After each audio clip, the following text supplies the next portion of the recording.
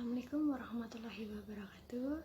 Salam sejahtera untuk kita semua. Om Swastiastu untuk kita semua. Semoga kita tetap sehat dan juga tetap dilindungi oleh Tuhan Yang Maha Esa. Oh ya, tetap jaga kesehatan ya, karena pandemi masih berakhir dan kita doakan semoga pandemi ini segera berakhir. Oke, untuk pertemuan kali ini, Ibu kita membahas terkait materi yang baru berkaitan dengan materi ancaman terhadap integrasi nasional. Sebelumnya kita kan sudah membahas terkait materi integrasi nasional. Nah, jangan lupa di sini. Ibu tekankan lagi bahwa integrasi nasional itu apa kemarin? Ya, integrasi nasional itu berkaitan dengan kemajemukan ya, persatuan dan kesatuan nasional. Ada kemajemukan, persatuan dan kesatuan berkaitan dengan penyatuan bangsa Indonesia ya, kesatuan dan persatuan bangsa Indonesia. Nah, di sini kita membahasnya terkait ancaman. Apa sih ancaman itu sebenarnya?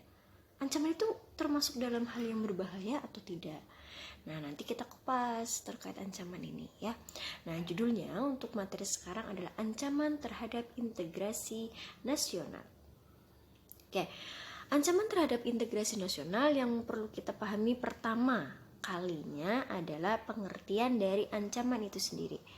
Nah, pengertian dari ancaman itu adalah ya, pengertian ancaman. Oh, maaf, slide-nya kesini Ibu. Ini ya.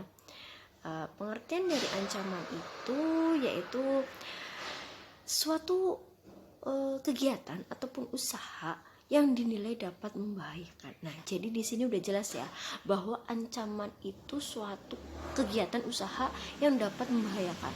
Ancaman itu berarti hampir saja membuat bahaya bangsa Indonesia. Ya, tidak hanya bangsa Indonesia tapi juga negara-negara lain ya. Intinya dapat membahayakan suatu negara ya, suatu kesatuan ya gitu. Nah, di sini dari ancaman itu kita mengambil secara keseluruhan lagi, yaitu pengertian dari ancaman nasional. Kalau nasional kan sudah tahu kan, kalau nasional itu berarti cakupannya seluruh bangsa Indonesia. Nah, di sini ancaman nasional berarti suatu kegiatan ya, kegiatan ataupun usaha baik yang dilakukan ya di dalam negeri ataupun di luar negeri. Lebih luas lagi kan, di dalam negeri ataupun di luar negeri yang dapat membahayakan kedaulatan, keutuhan dan keselamatan bangsa dan negara tersebut. Itu pengertian dari ancaman nasional. Nah, dari situ kita bisa next lagi ke materi selanjutnya. Oh, maaf ini Ibu ini ya.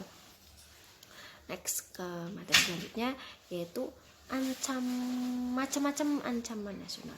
Nah, di sini tadi kan sudah ada tuh macam-macam ancaman nasional. Maaf ini Ibu kameranya kan karena miring ya, jadi muka Ibu jadi ikut ke sana ya.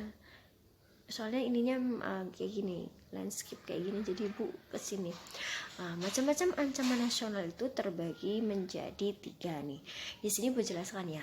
Yang pertama, berdasarkan jenisnya nih. Ancaman berdasarkan jenisnya itu ada ancaman yang pertama adalah ancaman militer. Nah, kalian pasti kalau dengar ancaman militer itu kayak yang peperangan, perang-perang nih, kayaknya nih militer nih berkaitan sama perang-perang ya. Ya ada benernya juga. Kalau ancaman militer itu berarti ancaman mudahnya aja nih, Ibu poin-poinnya aja nih ya.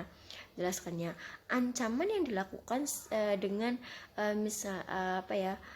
bersenjata ataupun tidak bersenjata. Maksudnya itu ancaman yang dilakukan dengan bersenjata ataupun tidak bersenjata yang dapat mempengaruhi ketahanan nasional kita ataupun ketahanan nasional suatu negara. Dilakukan secara fisik, bisa berupa agresi ataupun non agresi. Nanti Ibu jelaskan terkait agresi dan non agresi di selanjutnya. Nah, di sini ada juga nih yang kedua, berdasarkan jenisnya. Ancaman non militer. Nih, tulisannya Ibu salah ya, nanti kalian yang step sendiri. Ancaman non militer berarti kebalikannya nih ya. Ancaman yang dapat mengancam suatu kegiatan ataupun usaha yang dapat mengancam ketahanan nasional berdasarkan ya, yang diancam nih yaitu berkaitan dengan tataran pemikiran ya. Kalau tadi yang ancaman militer itu kan ancaman yang dilakukan dengan usahanya itu dengan bersenjata ataupun tidak bersenjata secara fisik, baik agresi atau non agresi. Kalau yang non militer itu berkaitan, ancamannya berkaitan dengan tataran pemikiran. Jadi pemikirannya yang diancam, maksudnya pemikirannya yang mungkin bisa membahayakan suatu negara. Contohnya dalam bidang Impolek Sosbud Hankam. Tahu kan Impolek Sosbud Hankam? Ideologi politik, sosial, budaya, pertahanan dan keamanan. Impolek Sosbud Hankam, jangan sampai nggak tahu ya. Terus di sini ada lagi nih ancaman hibrida. Jadi gabungan. Kalau hibrida itu berarti gabungan antara ancaman militer dan ancaman non militer. Oke, paham ya? Nanti kalau nggak paham, kalian bisa tanya ke Ibu secara langsung, japri aja ke Ibu nanti ya. Terus di sini ada lagi berdasarkan sumbernya. Nah, berdasarkan sumber, ancaman ini dibagi menjadi dua. Yang pertama adalah ancaman dari dalam. Ancaman dari dalam ini berarti ancaman, ya udah jelas nih ya. Kalau ancaman dari dalam berarti kegiatan ataupun usaha yang dapat mengancam. Dan ancaman ini berasal dari dalam negeri. Maksudnya dalam itu berarti dalam negeri. Kalau yang kedua yaitu ancaman dari luar negeri, di mana ancaman ini berasal dari luar negeri. Banyak macamnya, nanti Ibu jelaskan. Ya kalau dari luar negeri kan bisa saja itu kegiatan spionase, itu bisa, itu masuk ke ancaman luar negeri juga bisa, dalam negeri juga bisa. Berdasarkan bentuknya nih, yang ketiga ada berdasarkan bentuknya, ada ancaman nyata dan belum nyata. Ancaman nyata di sini Ibu jelaskan sebagai ancaman yang sering terjadi ya, ancaman yang sering terjadi dan nyata ya, nyata karena nyata makanya sering terjadi dan sering juga dihadapi ya, sering terjadi maka sering dihadapi. Ancaman ini berasal dari dalam negeri ataupun luar negeri. Contohnya nih yang sekarang banyak di Indonesia yaitu terorisme, radikalisme, separatisme, pencurian sumber daya alam nih sering juga nih, wabah sekarang nih sedang terjadi wabah nih ya. Terus spionase dan sabotase yang tadi Ibu jelaskan itu. Jadi misal nih terorisme menjadi suatu ancaman yang nyata ya. Kok bisa gitu loh? Kok bisa nyata nih? Di sini Ibu jelaskan, terorisme menjadi suatu ancaman yang nyata. Berarti kan udah terjadi, yang terjadi nih ya, yang sering terjadi dan nyata. Dan di Indonesia sudah sering terjadi nih, dari bom Bali 1, 2 sampai dengan bom JB Marriott. Itu kan sering terjadi dan nyata terjadi, dan kita menghadapinya di dunia di sekarang nih ya, itu menghadapinya. Terus radikalisme, misal terlalu Islam radikal, maksudnya pemikiran Islam yang radikal itu juga berbahaya loh ya. Jadi kita tuh condongnya tuh tidak hanya kita hanya melihat satu sisi tapi tidak dengan sisi yang lain, itu juga berbahaya. Pencurian sumber daya alam ini lebih bahaya lagi nih ya, kalau sumber daya alamnya udah habis bagaimana? Kan susah juga negara kita. Nah, wabah kita sudah ini sekarang lagi mengalami malah pandemi nih ya, pandemi COVID-19 ini kan kita mengalami ini ancaman yang nyata. Ancaman ini udah mempengaruhi banyak sektor, ekonomi, sosial, budaya, kesehatan, hingga yang paling parah memang ekonomi ya. Ekonomi ketika ya ibarat kata pendidikan juga masuk. Ibarat kata yang awalnya bisa berdagang di sekolah, kemudian karena pandemi jadi mereka nggak bisa berdagang, dan banyak hal sih yang di luar sana yang banyak di PHK dan lain sebagainya. Karena dengan pandemi ini kan banyak pengusaha-pengusaha tutup ruko ataupun menjelut dan lain sebagainya, kan bisa menjadi PHK dan produksinya juga berkurang. Itu juga berbahaya. Terus kemudian ada yang kedua yaitu ancaman belum nyata.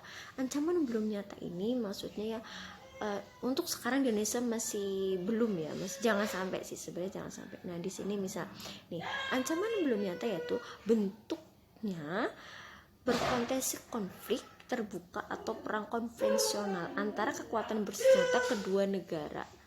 Ya, misalnya kalau di negara lain itu ya ada invasi ke negara dari itu yang di Timur Tengah, itu kan kedua negara saling berperang. Kalau di Suriah itu lebih ke banyak ke perang saudara ya.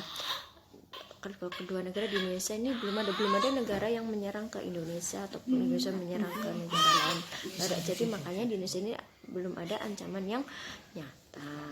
Kemudian geser lagi ada dua, yaitu materi yang kedua berarti terkait dengan posisi strategis Indonesia. Nah, udah tau lah kalian nih di pembelajaran sebelumnya. Nah, posisi strategis di Indonesia ini ada banyak nih. Terletak di antara 2 samudra dan 2 benua. Ya, samudra udah tahu, Samudra Hindia dan Samudra Pasifik. Ya, kemudian dilewati garis khatulistiwa dan iklim tropis, di mana iklim tropis ini membuat musim kita di Indonesia itu hanya ada 2, yaitu musim penghujan dan musim kemarau. Sehingga nih subur, intinya subur, tanaman apa aja tuh subur kayak gitu. Terletak di antara 3 lempeng, yaitu Indo-Australia, Eurasia, dan Pasifik. Terus kemudian di antara 2 dangkalan besar, yaitu dangkalan Sudan dan dangkalan Sahul. Potensi sumber daya alam yang banyak melimpah. Kita kan sumber daya alamnya banyak sekali ya. Banyak sekali kita nih. Nah, wilayah luas dan subur udah jelas. Jumlah penduduk terbesar keempat di dunia dan beragam suku, ras, budaya, agama dan lain sebagainya. Kemudian negara kepulauan terbesar di dunia, negara Indonesia kan negara kepulauan dengan maritim ya, negara maritim terbesar di dunia. Nah, dari posisi strategis ini yang ada banyak ini juga bisa loh menjadikan ancaman bagi negara kita sendiri ya, ataupun negara kita ya, baik dari dalam maupun dari luar. Misalnya saja nih kayak gini nih, misalnya saja di suku ras dan nih di sini ancaman ini. Nah, suku ras dan budaya itu juga bisa menjadi suatu ancaman bagi bangsa Indonesia itu sendiri ya, dimana ketika rasnya yang banyak, sukunya yang banyak dan berbeda, kalau tidak saling menyatu itu bisa terjadi perpecahan ya. Kalau dulu juga sering itu ya, rasnya yang berbeda, sukunya yang berbeda, jadi timbul perbedaan, menganggap rasnya lebih bagus, sukunya lebih bagus, jadinya bentrok lah dengan suku dan ras lain. Itu juga bisa berbahaya. Kemudian menjadi suatu ancaman ya, maksudnya berbahaya di sini menjadi suatu ancaman.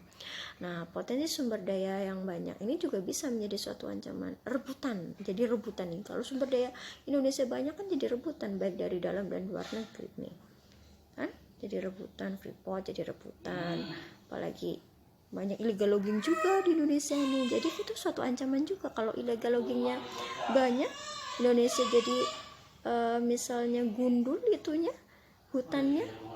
Kalau hutan udah gundul kan bahaya juga, bahayanya bagi lingkungan, bagi negara Indonesia juga, sekitarnya, wilayah sekitarnya bisa longsor, banjir dan sebagainya. Itu juga menjadi suatu ancaman ya.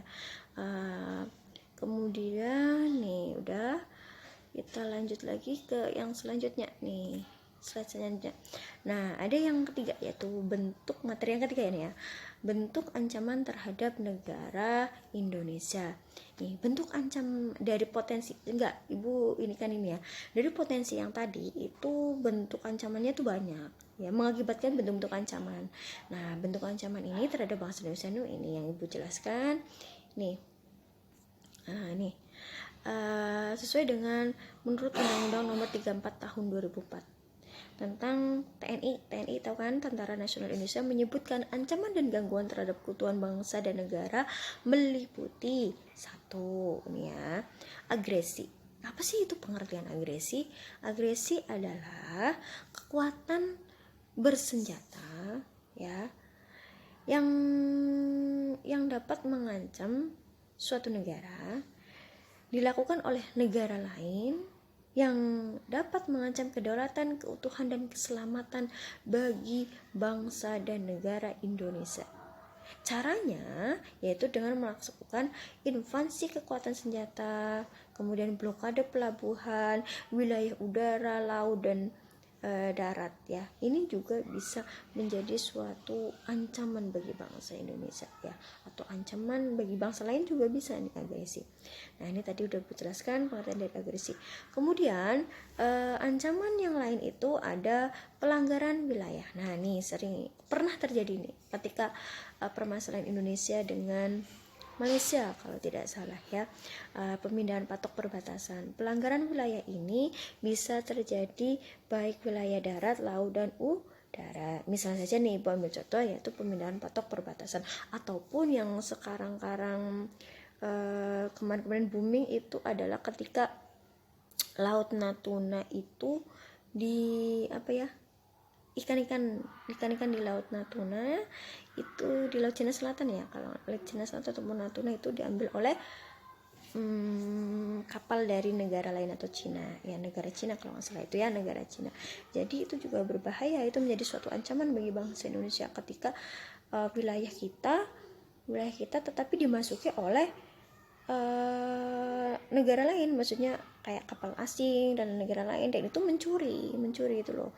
Kayak pemindahan patok perbatasan itu kan tidak boleh, mencuri ikan di wilayah negara Indonesia kan tidak boleh gitu. Kemudian di sini ada sabotase. Nah, tidak bolehnya itu adalah melanggar hukum ya. Sabotase di sini pengertiannya berarti bagaimana kegiatan dan usaha itu ya berkaitan dengan merusak instalasi penting dan objek vital nasional. Misalnya saja membuat tumpukan kayu ataupun kayu atau batu di tengah rel kereta api. Yang ini sabotase. Jadi menyabotase agar ya mungkin kereta tersebut tidak boleh jalan. Nah, itu juga mengancam kelangsungan keutuhan dan keamanan bangsa Indonesia. Kemudian ada spill. Nah, di spionase ini kalau bahasa kerennya sih memata-matai. Nah, di sini apa yang dilakukan yaitu pengumpulan kegiatan suatu usaha terhadap pengumpulan informasi data oleh negara lain terhadap negara kita, ataupun sebaliknya negara lain ataupun negara kita terhadap negara lain ya, dengan tujuan mendapatkan suatu data dan informasi yang strategis untuk diambil, itu spionase ya. Kalau bahasa kerennya sih memata-matai ya, kalau bahasa ininya sih nih pengumpulan informasi data dari negara kita kepada negara lain ataupun negara lain terhadap negara kita dengan tujuan untuk mendapatkan data informasi yang strategis. Ini sebenarnya itu tidak boleh dilakukan ya, ini berbahaya juga. Kalau data kita dibobol sama negara lain kan berbahaya juga, ini mengancam. Sudah, jadi materinya cukup sampai di sini. Nanti di slide selanjutnya ataupun di PPT selanjutnya saya Ibu Siti Khotijah bakal menjelaskan lagi terkait bentuk ancaman terhadap negara Indonesia yang selanjutnya. Oke, terima kasih, cukup sekian. Semoga materi ini bermanfaat untuk kita semua dan siswa-siswa Ibu ya. Semoga bermanfaat untuk kalian belajar, apalagi di masa pandemi sekarang ini. Ibu doakan semoga kita selalu sehat, terhindar dari mara bahaya dan penyakit ya. Pandemi ini segera, kita sama-sama berdoa agar pandemi ini segera berakhir dan kita bisa berjumpa secara langsung ya. Amin ya rabbal alamin. Dan cukup sekian. Assalamualaikum warahmatullahi wabarakatuh. Semangat terus, semangat. SMK bisa.